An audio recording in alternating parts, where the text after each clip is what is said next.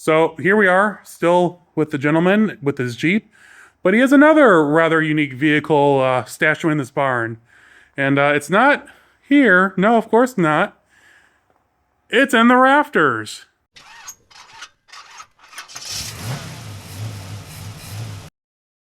All right, here I am in Michigan. It's November, and this gentleman has graciously allowed me to document two of the vehicles that he has.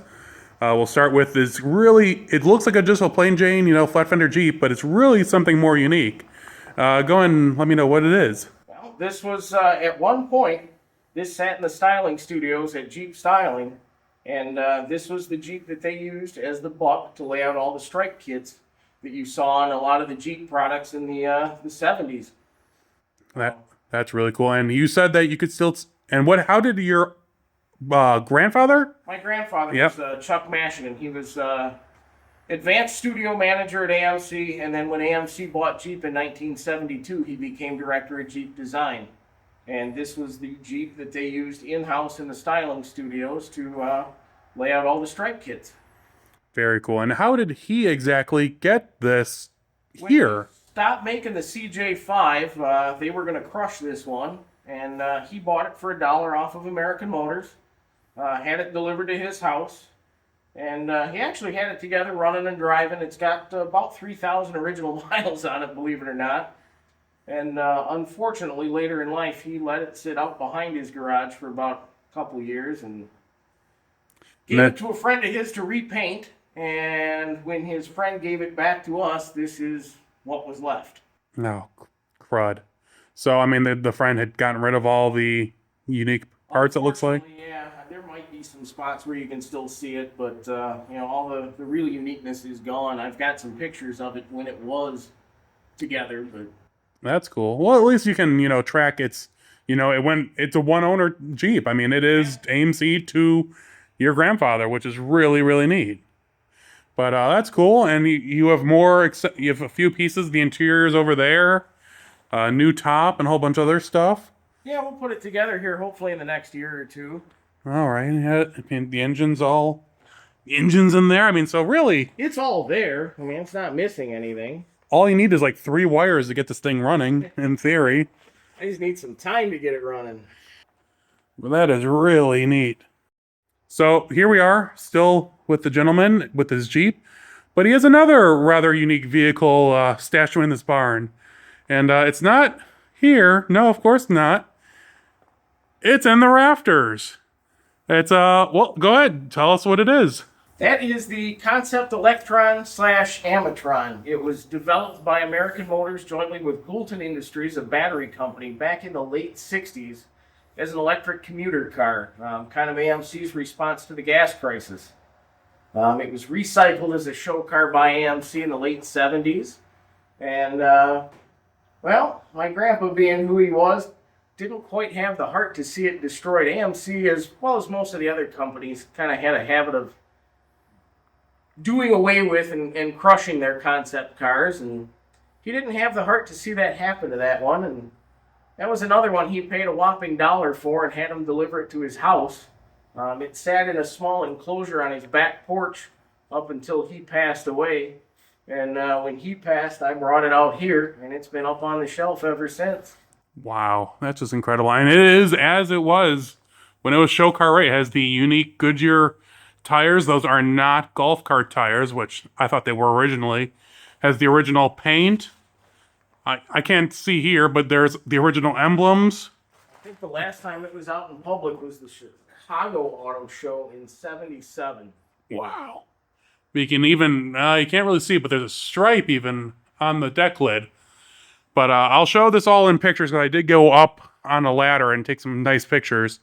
But any plans on it other than just cleaning it up? And I'd like to clean it up and maybe do some shows with it in the future. But, we'd love to have it at the Muscle Car and Corvette Nationals in the barn find display. That might be a possibility.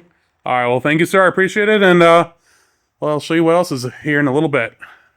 I first met the owner, Justin, through Facebook and online groups where we're both fans of muscle cars and all that, and through our mutual friend, Rick. He allowed me the opportunity to document these cool cars that he had stashed away in his building. And having the Amitron, this historically weird, cool car, in the rafters of his building was another level at the time. And that was just the beginning. Not only did he have the Amitron, he had the press work, he had the original model that they used to present before building. This was the concept model that was used to build the big version of it. And he had it. He had this. He had an original concept emblem. He had the paperwork. He had the press photos. He had behind the scenes photo, all because his grandfather was there and handled the work in the styling studio. He worked on concept Hornets. He worked on concept the Amitron. He worked on, the big one he worked on, which you'll see in a second, is the Tarpon. The Tarpon was the concept car that led to the development of the Marlin. You can see guys here working on the concept car. That was really cool. It was, I think, more like AMC American, the classic, the smaller body. Why it ended up being a bigger car, I'm not quite sure. But this was originally intended to be a small, sleek, a little bit smaller than like a Charger, but bigger than a Dart kind of platform car. And that was really cool. This is neat. When he retired, he got a jack with all the guys who worked in the company in his section, signed that jack for him. And Justin allowed me the opportunity to go through his grandfather's archives and see a bunch of the cool people, projects he worked on. And it's really neat that the Amitron has been dug out. It's on its way to the Petersen Museum for a mild restoration where it'll be on display for a short time. And then who knows where it might end up at McCacken. Normally I'd end this video with a piece of camera in front of my Challenger or something like that. Unfortunately, none of my audio equipment decided to work today. So we're going to do a little montage of Woodward Dream Cruise 2024 and give you a little update. I hope everyone had a nice New Year's.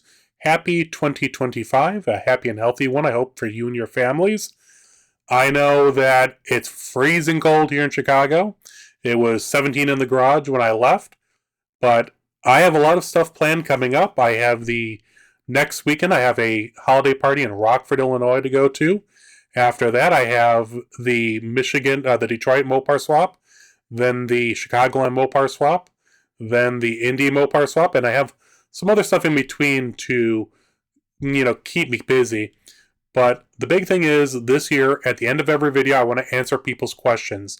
So if you guys have any questions on this, my videos, how I do stuff, I don't share where they are or who they are, but I will talk about cars or people or experiences. So you let me know. Until then, everyone, stay warm and stay safe. I'll see you all soon.